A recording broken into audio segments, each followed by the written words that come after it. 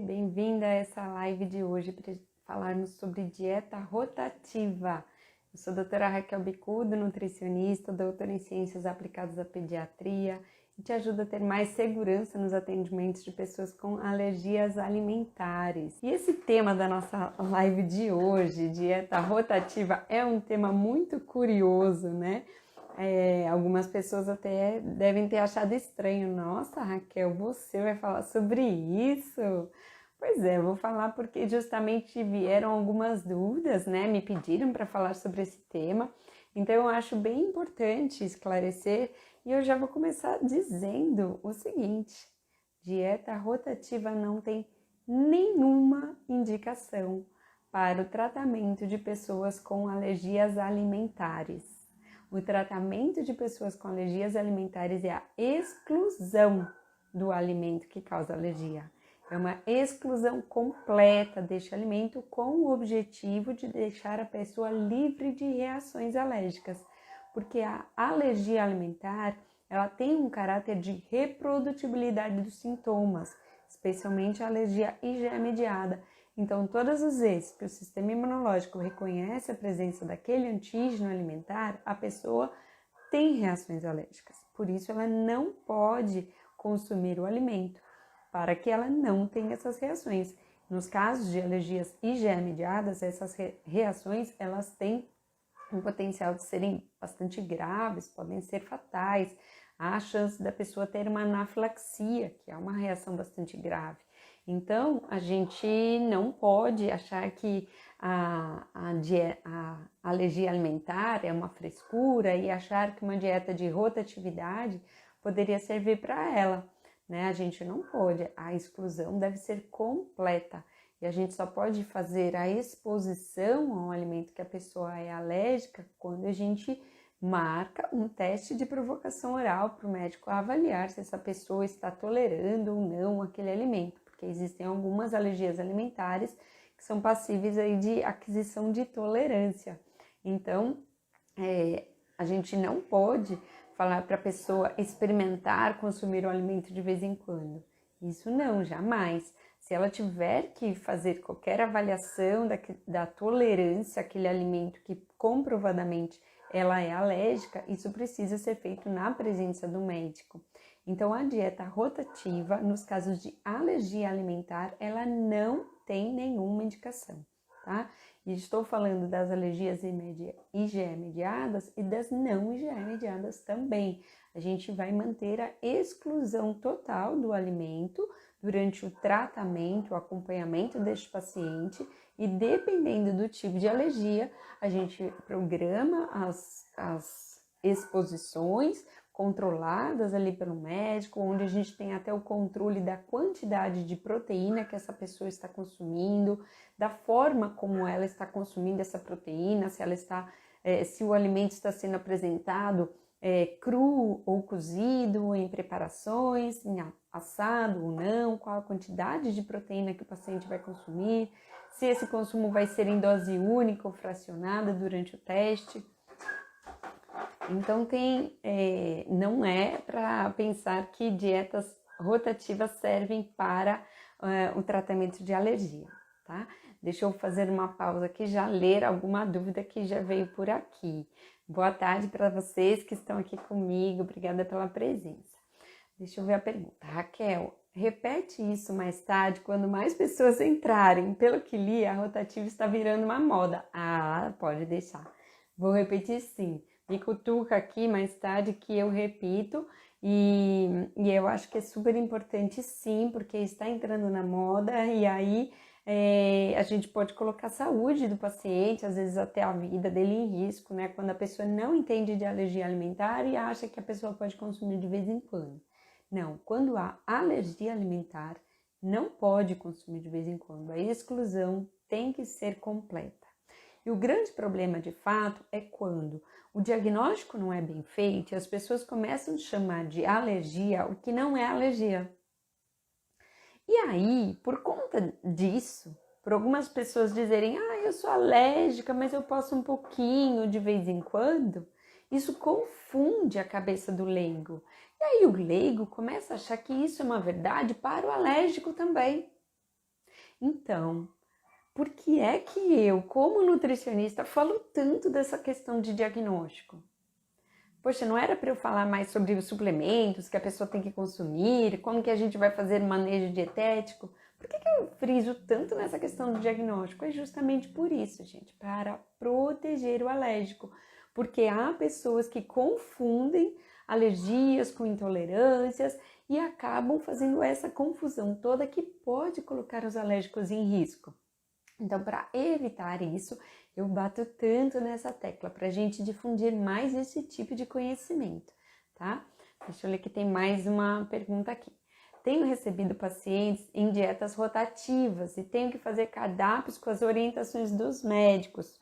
Pois é, Tatiane, olha, você sabe que né, um grande objetivo que eu tenho no curso é encorajar os meus colegas nutricionistas, né, para que eles estudem, se apropriem do conhecimento e se sintam seguros para discutir esses casos clínicos e condutas com os médicos e consigam selecionar médicos que sejam parceiros, que trabalhem com a mesma linha de conduta que ela teria, com aquilo que ela acredita, que existe de base científica.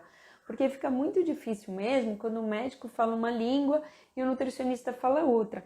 E não é para o nutricionista simplesmente baixar a cabeça e dizer: ah, mas é que o médico mandou, então eu vou seguir. Não, não, não, não, não, Nutri, se você sabe que isso não é o correto para o seu paciente, posicione-se. É claro que você precisa estudar, dominar a alergia alimentar, entender esse assunto para que você tenha firmeza no seu posicionamento e consiga discutir com base científica, indicando inclusive leituras para esse colega, né? Tentando discutir com base, falando, olha, mas pensando nessas evidências, que tal seguir tal caminho?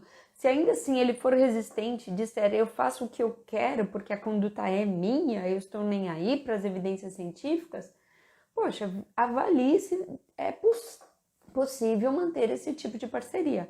Eu, sinceramente, não consigo.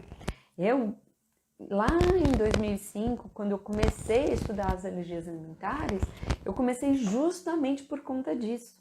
Porque eu ficava incomodada com essas confusões no diagnóstico e confusões de conduta, né? Com esse modismo que não é de agora, de 2023. Olha, eu comecei a estudar isso em 2005 e isso já era moda naquele tempo, né? Onde as pessoas, assim, elas condenavam glúten e leite de uma forma, assim, a dizer que ninguém poderia consumir esse tipo de alimento e se posicionando de uma forma dizendo que isso era alergênico para todas as pessoas. Então, dizer que todas as pessoas vão ter alergia a alimentos contendo esses componentes, eu acho pesado demais, porque leva a essas confusões de diagnóstico, tá? Então, sim, eu vou esclarecer e vou falar um pouco mais sobre isso que você comentou aqui, Tatiane, sobre esses cardápios que muitas vezes nos solicitam. A Tâmara disse, concordo com a Mari acima, aprendi sobre isso na pós de funcional em 2019. Então, realmente, na pós da funcional, isso é indicado, e aí, então, eu vou comentar aqui quais seriam as indicações e quando que a gente vê isso, como é que isso surge, o que tem de trabalho publicado a respeito disso, tá? Então, as pessoas realmente acabam incentivando, né, isso. Por quê? Porque na pós da funcional, as pessoas que trabalham com base na funcional, o que elas acreditam? Elas falam muito naquela hipersensibilidade a alimentos mediada por IgG. Então, elas falam muito em solicitar exames de IgG e com base nesses exames de IgG, eles falam para eliminar os alimentos que vêm IgG positivo e fazer uma rotação, uma dieta rotativa daqueles que vêm com IgG negativo. Então é daí que surge essa dieta rotativa. Então ela acaba vindo com essa indicação, né? Então ela não é indicada para pacientes que têm alergias alimentares, isso não. Então, eu estava até lendo agora um trabalho publicado em 2021, onde eles pegaram pacientes que tinham síndrome do intestino irritável e dividiram em 3 grupos e acabaram fazendo 3 tipos de dietas diferentes. Então, para um grupo, eles fizeram dieta Low Food Maps, para o outro grupo, eles fizeram essa dieta rotativa com base nos exames de IgG, e para um outro, eles fizeram uma dieta que eles chamaram de dieta clássica orientada por gastroenterologista. E eles acabam defendendo o uso dessa dieta baseada em IgG, essa dieta rotativa. Então, eu quero explicar aqui o princípio disso e, assim, sempre deixando claro que agora, a partir de quando eu estou explicando o princípio disso, eu não estou falando sobre pacientes com alergia alimentar, porque nós não devemos solicitar exames de IgG para avaliar se o paciente tem alergia alimentar, muito menos denominá-lo como alérgico, dar, né, este nome, né, diagnosticar dessa forma quando esses exames de IgG vêm positivos. Então, assim, o que acontece? Esse anticorpo IgG, especialmente o IgG4, ele acaba sendo até um certo marcador de tolerância. Então, usando assim uma analogia, imagina assim que o nosso corpo fosse como se fosse um prédio comercial e o IgG fosse o porteiro daquele prédio. Sabe aquele porteiro que faz o cadastro, pega seu RG, pega sua foto? Então é isso. Então, cada vez que um alimento é consumido, o IgG vai lá e fala, poxa, entrou esse alimento. Ele vai tirando foto, vai cadastrando e vai colocando ali na ficha, marcando todas as vezes que esse alimento é consumido pela pessoa. Então, quando ela faz a dosagem de IgG, às vezes os níveis altos vêm justamente às vezes não, né? O que a gente vê é os níveis altos de IgG vêm justamente para esses alimentos que a pessoa consome com maior frequência. Então, quanto mais ela consome esse alimento, maiores os níveis de IgG. Bem interessante falar até sobre isso, porque nos protocolos, por exemplo, de pacientes que são alérgicos a leite de vaca e ovo e que fazem parte daquele fenótipo que toleram esses alimentos em preparações assadas, quando a gente vai acompanhando esses pacientes, nós vemos o quê? Os níveis de IgG irem aumentando para leite e ovo, porque a pessoa passa a consumir leite e ovo, então a gente vê que ela passa a consumir, então ela vai consumindo com uma frequência e vai aumentando então os seus níveis de IgG.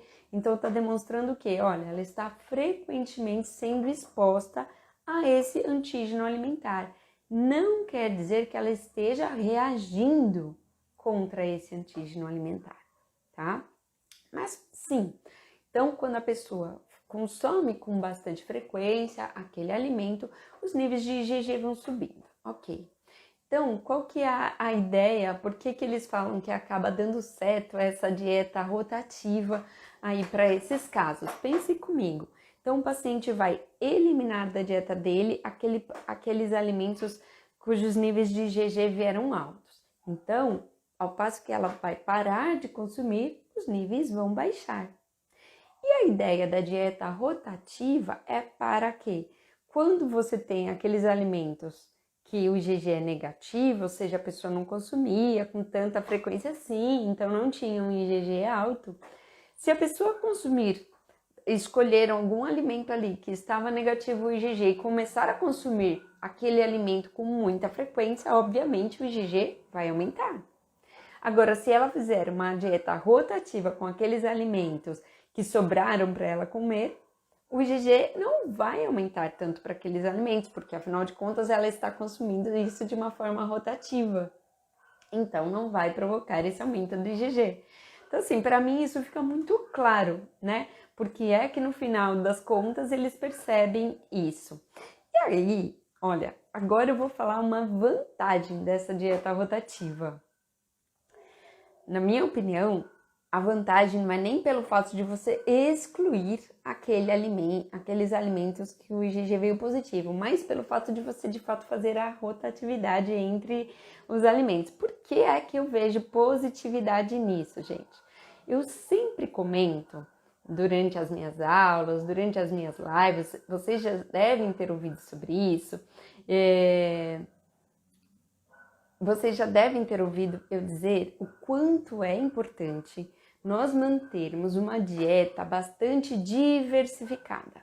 Eu falo isso sempre, falo que a dieta tem que ser diversificada na gestação, na lactação, na introdução alimentar, durante a vida toda. Eu falo assim, olha, tem tantos, por exemplo, vamos pensar nas fontes de carboidratos.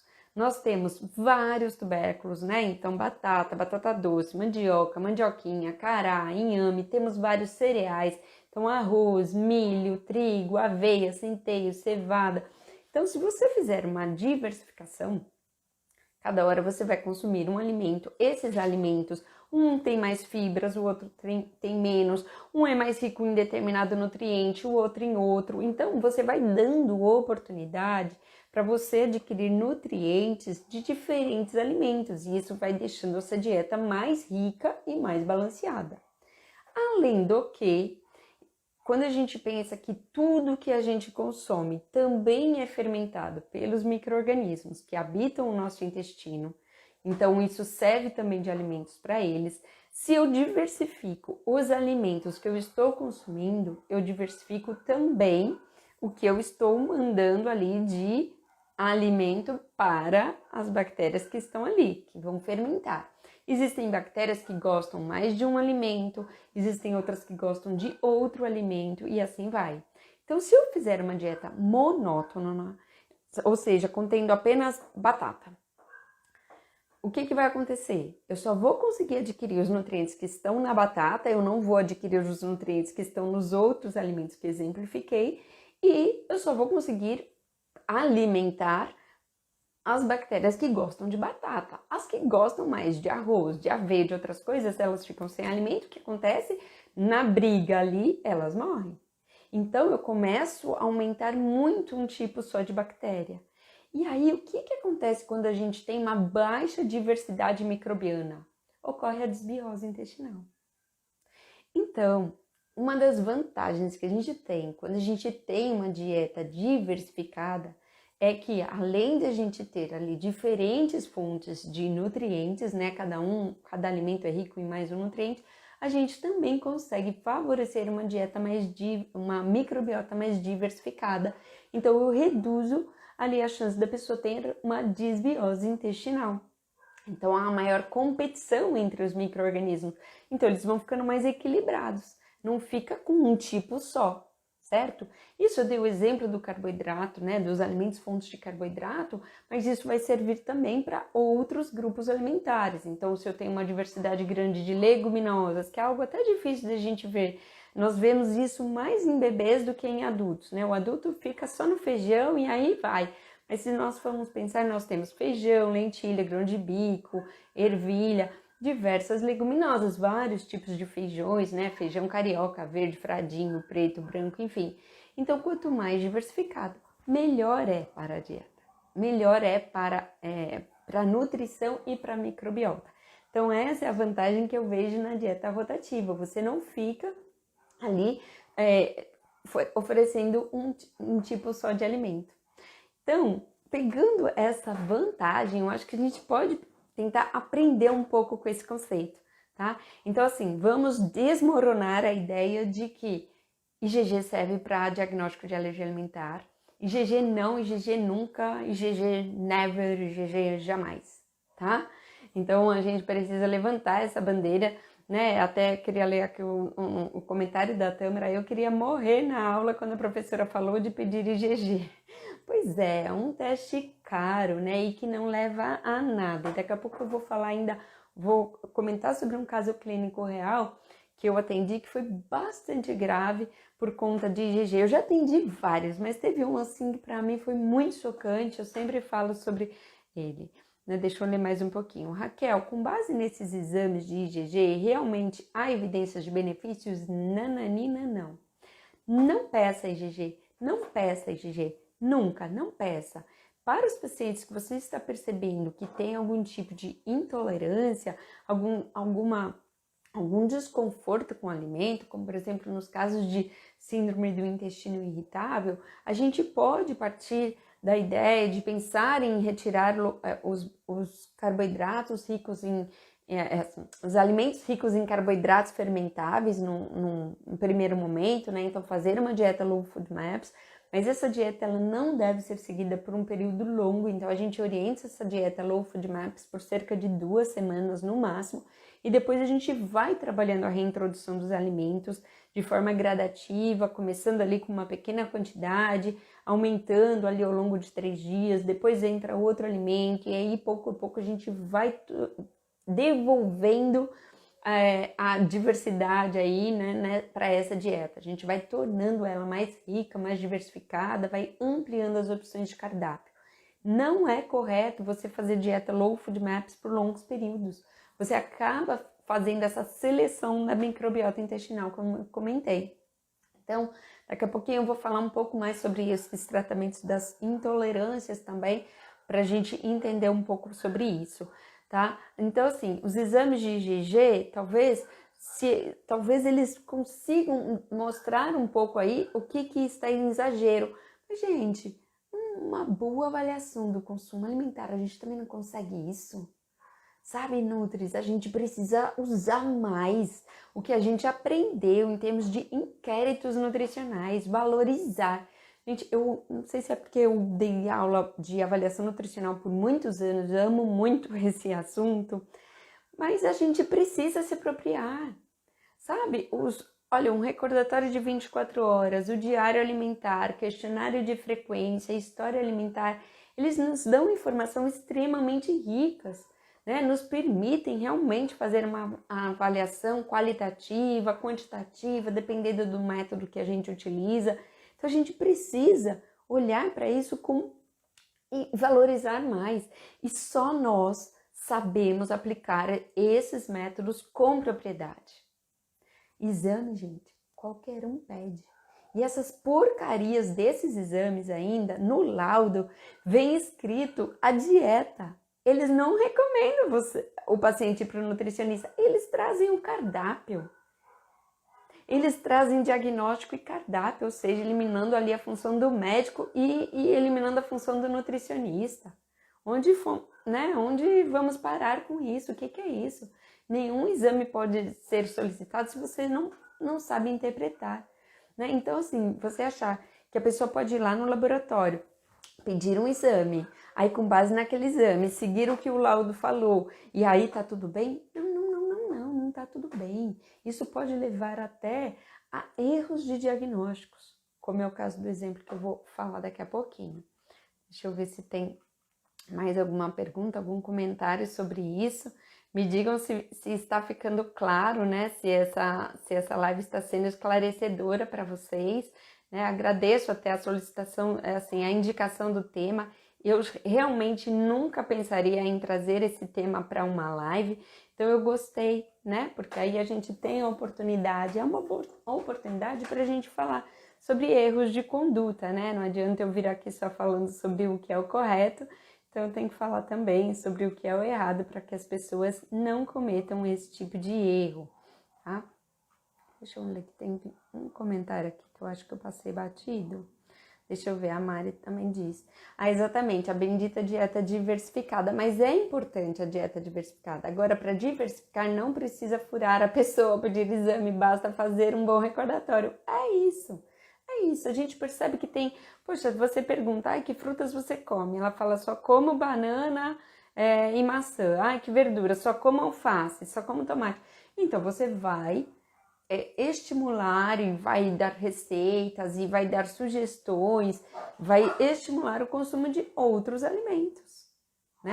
Tantas verduras, gente, a gente mora num Brasil que tem, tudo bem, vai no norte não tem diversidade de verduras, mas tem diversidade de frutas, né? Então, cada região do Brasil a gente tem aí diversidade maior de determinados alimentos, mas, nossa, se nós formos pensar, né, no nosso país a gente tem tantas frutas, temos verduras, temos aí muita oportunidade, né? Diferentes tipos de carnes, de peixes, né? Peixes de rio, peixes de mar.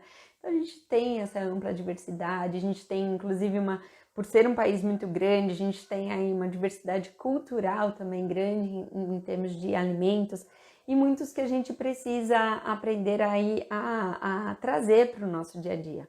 Por exemplo, quando a gente fala aqui em São Paulo, a gente vai fazer um recordatório, a gente sempre vê no café da manhã, qual é a fonte de carboidrato, gente? É pão. Aqui no Sudeste é pão aqui em São Paulo. Aí quando a gente vai para o Norte, Nordeste, a gente vê outras coisas aparecendo. A gente vê cuscuz, tapioca, batata doce, né? Então por que não? Macaxeira, né? Que aqui a gente chama de mandioca. Então por que não trazer isso como para o dia a dia, né? Então isso eu acho interessante. Então, eu não acho interessante a pessoa consumir pão todos os dias, biscoito todos os dias. Isso não é interessante nutricionalmente. Agora, eu não preciso cortar glúten para isso.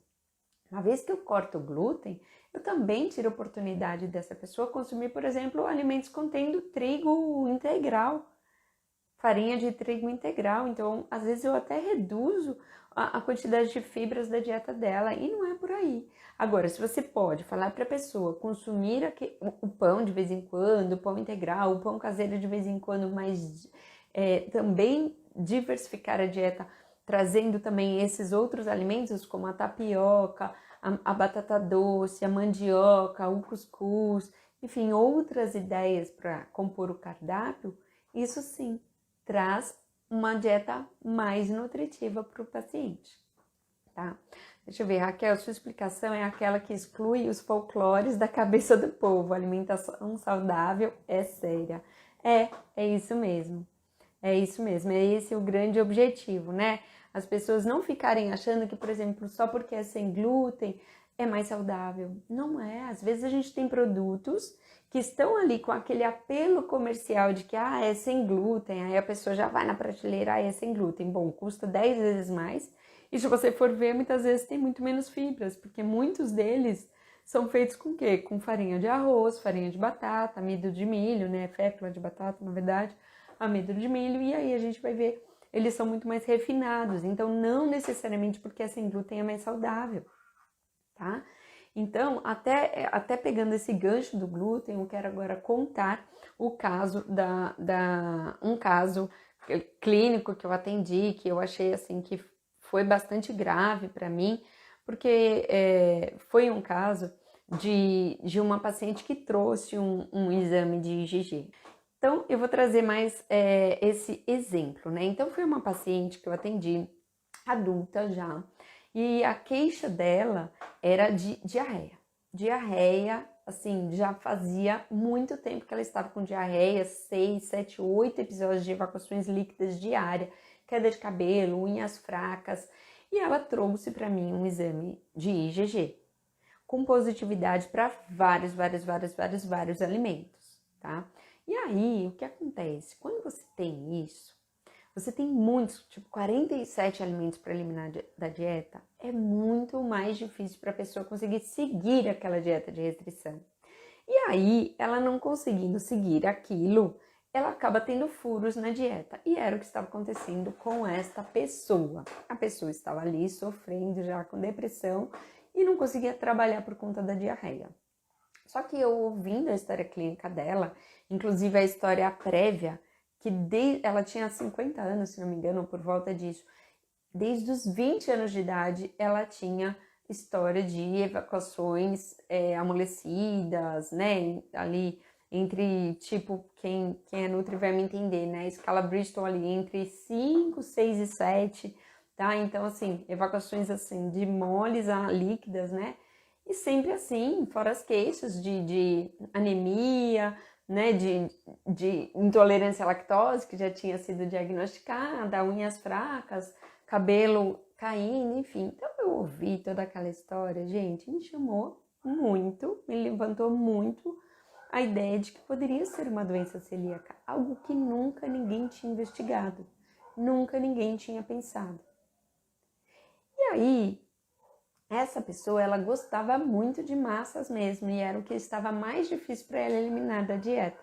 Então, eventualmente, ela comia sim, comia massas, comia pães, mesmo com aquela proposta de dieta rotativa, ela não estava conseguindo aderir àquilo, né, que era para ela ter eliminado, porque ela antes comia muito e aquilo veio com a proposta de eliminação, mas ela não eliminou os alimentos contendo glúten da dieta, por isso ela não melhorava. Bom, encaminhei para a gastro da minha confiança, fizemos as investigações e pensamos muito mais nessa hipótese de doença celíaca, quando nós orientamos a exclusão apenas do glúten, e no início foi de glúten e de lactose. Em pouco tempo, ela teve melhora, né? Em cerca ali de meses, ela teve uma melhora, mas uma melhora absurda. E todos aqueles outros alimentos que tinham pedido para ela restringir, ela pôde voltar a comer. E ela passou a ter uma vida saudável, as fezes ficaram normais, os níveis de ferro e de outras vitaminas normalizaram, a queda de cabelo parou, tudo melhorou, toda a clínica dela melhorou. E ela conseguiu manter uma dieta saudável. Agora, se a gente não pensasse nessa hipótese, ficasse nessa ideia de hipersensibilidade a muitos alimentos e retira tudo isso, aí vamos para a dieta rotativa, nós nunca teríamos chegado no verdadeiro diagnóstico dessa pessoa e nós nunca teríamos ajudado ela de verdade. Então, o que eu quero dizer é que às vezes esses exames de IgG, poxa, se você está pensando que a pessoa tem alguma hipersensibilidade, alguma coisa que o intestino dela não tá legal, gente, pensa na hipótese de doença celíaca, pensa em outras hipóteses diagnósticas, não vai direto para esse modismo. Você pode prejudicar muito a vida do seu paciente, né? Essa pessoa que eu estou dizendo, no final, ela até depois conseguiu voltar a comer alguns produtos lácteos com baixo teor de lactose, quando ela teve uma recuperação da sua mucosa, do trato gastrointestinal. Claro, ela tinha também uma intolerância à lactose ali, do tipo hipolactasia adulta, né? Inicialmente ela tinha uma intolerância secundária por conta das vilosidades dela que estavam realmente desgastadas, mas com a recuperação do intestino, ela conseguiu inclusive voltar a consumir alguma coisa de lactose, né? Então, isso me dá margem até agora para comentar sobre as intolerâncias em si. Tá? Então, eu achei importante falar sobre esse caso, porque ele realmente para mim foi muito chocante, a clínica da paciente ela foi muito gritante, então, e para mim assim, parecia tão claro, por que nunca ninguém pensou nisso? Por que pediram para ela gastar tanto com aquele teste de IgG que não serviu para nada? Por que não ouviram a história clínica dela? Então, é isso que eu falo, sabe? Olha para o que a pessoa come e olha para a clínica.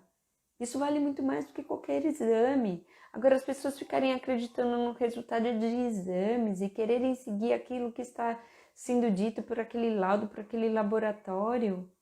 Ou então simplesmente baixando a cabeça falando, não, eu vou seguir porque o médico pediu e o que eu vou fazer, né? Ele que deu o diagnóstico, ele que falou que era síndrome do intestino irritável, então eu vou seguir.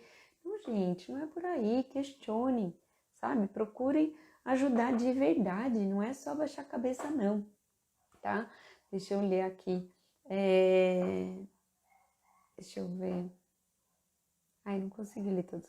Deixa eu ver. Eu nem cogito, principalmente porque adoro nutrição clínica. Deixa eu ver. Depois de estudar alergias alimentares, fica difícil para mim pensar em nutrição funcional com os modismos. Olha, é assim, eu sempre acho que a Tâmara comentou, né? 30 anos de sintomas e ninguém investigou doença celíaca. Não, Tâmara. E olha, ela não foi a minha única paciente. O que a gente vê disso não é de brincadeira. Em grupos de alérgicos tem várias pessoas.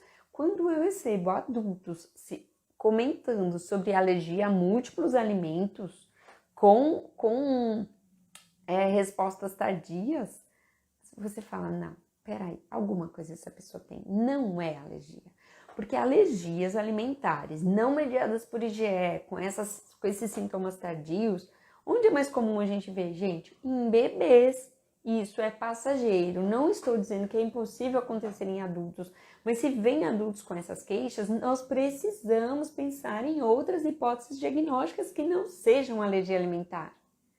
Então, é muito importante investigar todas as hipóteses e não bater na tecla da alergia alimentar e sair orientando restrições dietéticas sem necessidade, levando as pessoas ao que? A distúrbios nutricionais, problemas psicossociais, né? Essa pessoa, gente, ela estava com sérios problemas com a família dela, porque é claro que ninguém acreditava que aquilo era uma alergia. E ela veio com esse diagnóstico de alergia a múltiplos alimentos. Eu já falo, né? Deixa eu ler aqui um pouquinho. Raquel, e a conduta? Pergunta da Juliana. Raquel, e a conduta de um médico que faz a dieta de rotação baseada em níveis de CD4, CD8? Já teve ciência? Não, Ju, isso para mim ainda é novidade. Ainda não recebi no consultório. Mas a gente já sabe também que não vai ser por aí que a gente vai fazer eliminações dietéticas, né? Então, eu acho super importante a gente pensar, sim, na rotatividade, pensar, sim, em dietas diversificadas, né? Sabendo que isso não é tratamento para alergia alimentar. Então, as meninas tinham pedido para eu repetir essa frase, né? Então, eu vou repetir. Dieta de rotatividade não serve para o tratamento de alergias alimentares.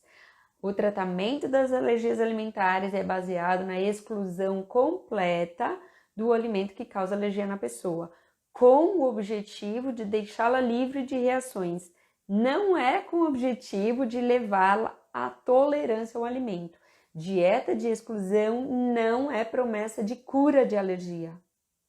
Inclusive, a dieta de restrição não é ela que vai influenciar os níveis de IgE, por exemplo, tá? Então, muita atenção em relação a isso, muito cuidado. A Ju falou que recebeu, depois me conta, quero já saber, depois me conta, quero saber tudo sobre isso. Recebi vários pacientes desnutridos, com certeza. Não, é muita barbaridade que nós vemos por aí, né? Então, falando um pouco, gente, sobre as intolerâncias, tá? E aí eu vou comentar exemplificando com a intolerância à lactose. Não vou falar sobre aquela hipersensibilidade ao glúten não celíaca, tá? Não vai ser o tema dessa live de agora, tá? Eu vou falar sobre essas questões de intolerância. Então, assim, a intolerância, no caso da intolerância à lactose, por definição, o que ela é? Ela é um conjunto de sintomas decorrentes da fermentação da lactose, por ela não ter sido digerida como deveria, né? Então ela passa intacta ali pelo intestino delgado e acaba sendo fermentada pelas bactérias. Nessa fermentação a gente tem produção maior de gases, a gente tem também maior migração da água para a luz intestinal, então essa pessoa vai ter os desconfortos, os sintomas de distensão abdominal, dor abdominal, mais eructação, né, arrotos, mais flatulência, então ela vai soltar mais pum, ela vai ter diarreia, na maioria dos casos, em alguns casos ela tem uma constipação e essa constipação às vezes vem seguida depois de uma diarreia.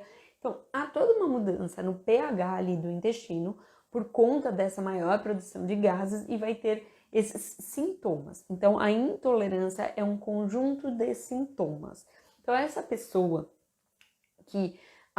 que tem alguma dificuldade ali, algo que vai comprometer a sua produção da lactase, que é a enzima que digere a lactose, ela pode ter esses sintomas quando ela acaba consumindo lactose acima da quantidade que ela é capaz de digerir e tolerar sem sintomas, tá? Então, pensando que isso é um conjunto de sintomas, a gente já pensa, bom, então peraí, como é que faz para a pessoa não ter esses sintomas?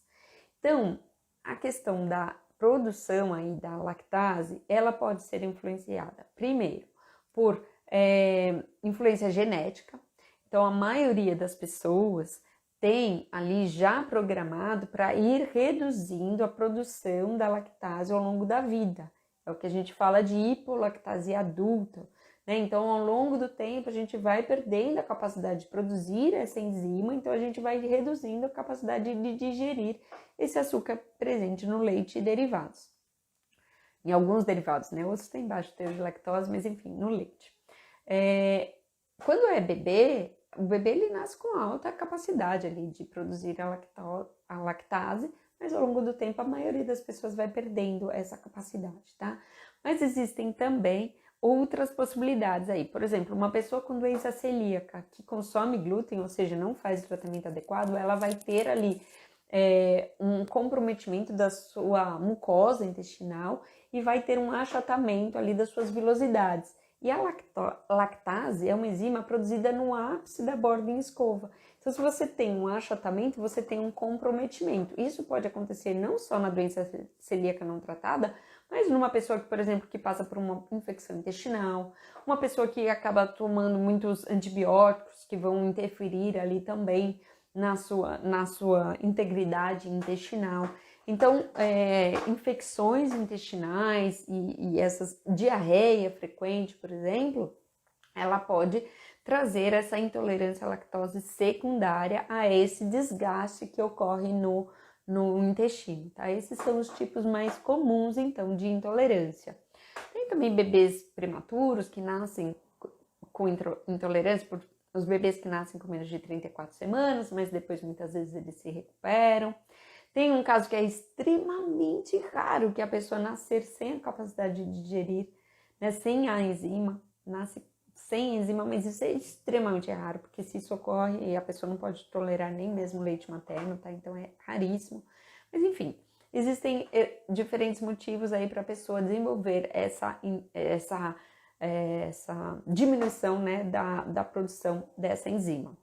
Mas isso, então, vai ocorrendo de forma individual. Então, tem pessoas que acabam reduzindo a produção da enzima mais precocemente, outras um pouco mais tarde. Tem aquelas que vão manter a produção da enzima para a vida toda. Mas tem um fator aí. Se eu estou falando que esses sintomas da intolerância, eles são decorrentes da fermentação, então eles também são influenciados pela composição da microbiota da pessoa. E quando a pessoa faz uma dieta completamente sem a lactose, ela acaba perdendo micro-organismos que poderiam até ajudar na fermentação dessa lactose, sem causar tanta produção de gases, né? Tendo produtos diferentes ali dessa fermentação. Então, essa pessoa, quando ela consome mínimas quantidades, muitas vezes ela tem desconforto. E aí, o que a gente fala que é o ideal tratamento para quem tem essa redução na atividade, produção da enzima lactase, é a pessoa encontrar qual é o limiar de tolerância dela. Quanto de lactose ela consegue consumir sem ter sintomas. E aí ela pode manter o consumo, então, de alimentos e preparações, produtos que contenham esse baixo teor de lactose que ela é capaz de digerir, porque isso vai estimular, digerir e lidar com aquilo sem ter sintomas, né? Eu nem falo só de digerir, porque a fermentação ali pelas bactérias também é importante nesse caso.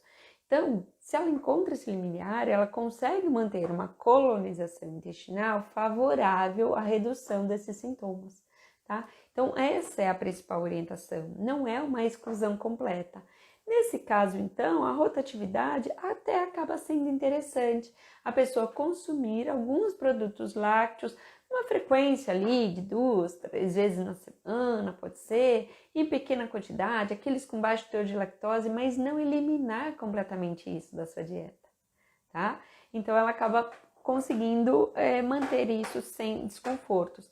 E aí, isso vai servindo para vários outros carboidratos que têm esse potencial de serem mais fermentados, né? E se a pessoa vai mantendo, então, pequenas quantidades, por exemplo, o frutano, que está presente no trigo, ele também é altamente fermentável. Mas se a pessoa eventualmente consome aquilo, talvez ela vai ter menos desconforto do que se ela faz uma exclusão completa e depois come muito.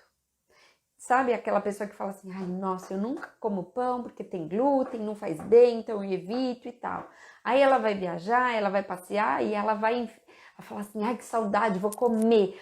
Aí come um ou dois pães franceses, aí come mais um pedaço de bolo, aí quer experimentar mais não sei o que, um croissant e tal. Quando ela vem, ela exagera. Faz isso de manhã, aí à noite vamos comer uma pizza, no almoço, hoje vamos comer um macarrão. E aí, gente, vem um exagero.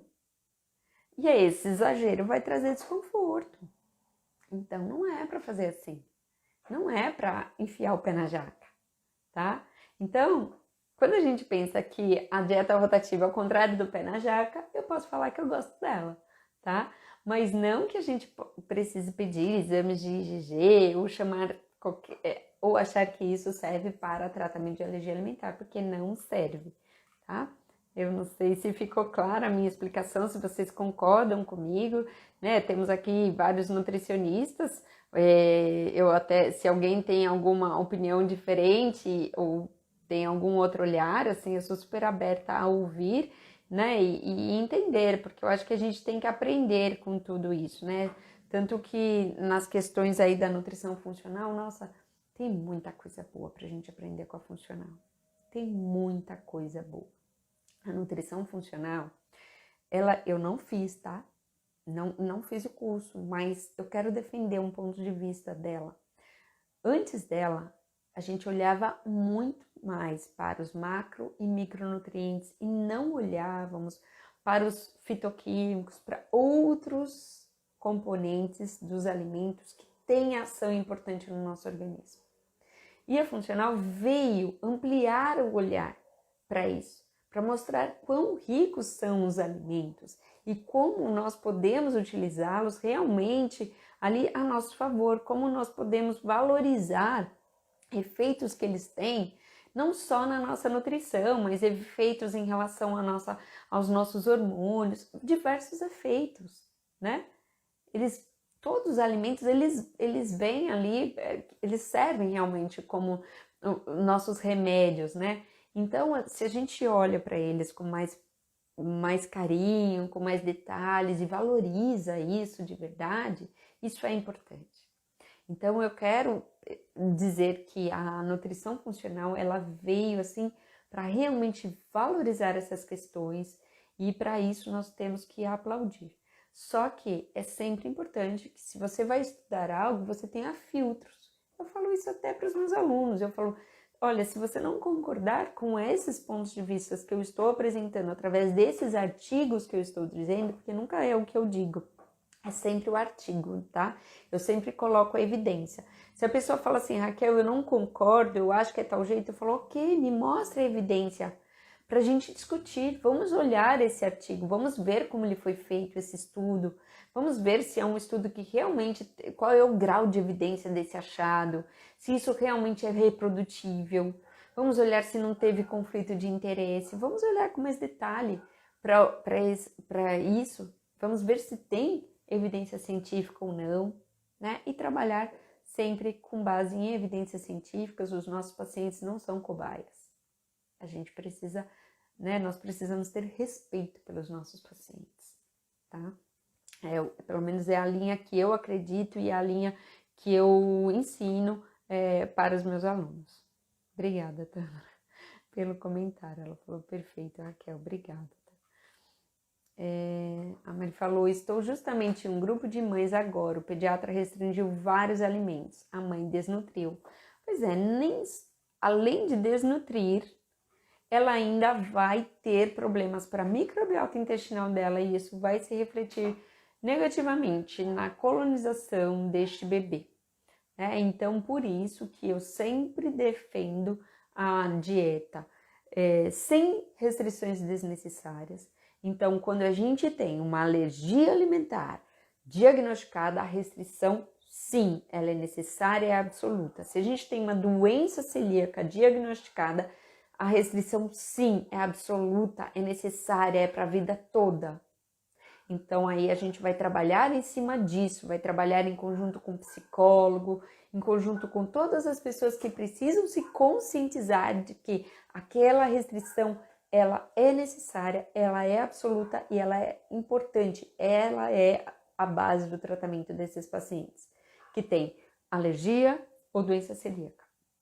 A base da dieta, do tratamento é a restrição absoluta daquilo que foi diagnosticado, que foi detectado que é o que causa o problema. Agora, nas outras reações adversas a alimentos que não envolvem o sistema imunológico e que são dose dependentes, aí sim nós podemos pensar em diversificar, em achar qual é o limiar de tolerância e manter aquele componente ali presente, mas dentro do que a pessoa é capaz de tolerar e dentro sim de uma dieta rotativa. E ainda falando das dietas de restrição, é definir exatamente o que ela precisa restringir. Então não é para restringir todos os alimentos potencialmente alergênicos, não. Descobre qual é o alérgeno que causa mal naquela pessoa e restringe somente aquele. E do que ela pode consumir, incentive o consumo, para que seja uma dieta diversificada, rica, nutritiva e que possa trazer aí uma possibilidade maior, inclusive, de preparações dietéticas, de ampliar aí as possibilidades culinárias. Temos uma colega nutricionista que é também uma das referências em alergia alimentar no Brasil, que é a Renata Pinotti, que eu respeito muito, admiro muito, e ela fala da questão da alegria alimentar, né? Ela trocou a alergia pela alegria, porque justamente ela faz esse trabalho de mostrar para as famílias o quanto talvez a alergia alimentar seja uma oportunidade para ela olhar para os outros alimentos e trazer maior diversidade para essa dieta dessa pessoa. Trazer mais oportunidades de nutrientes, trazer mais oportunidades também para ela olhar para a relação dela com o alimento e fazer as pazes com aqueles alimentos que ela pode consumir. Por isso que eu sempre defendo isso, sabe? Definir o que é que faz mal e ok, aquilo não vai entrar, porque realmente houve uma falha no sistema imunológico, houve uma falha e realmente naquele momento a pessoa não pode consumir aquilo. Mas aquilo que ela pode, para que eliminar se não houver necessidade? Certo?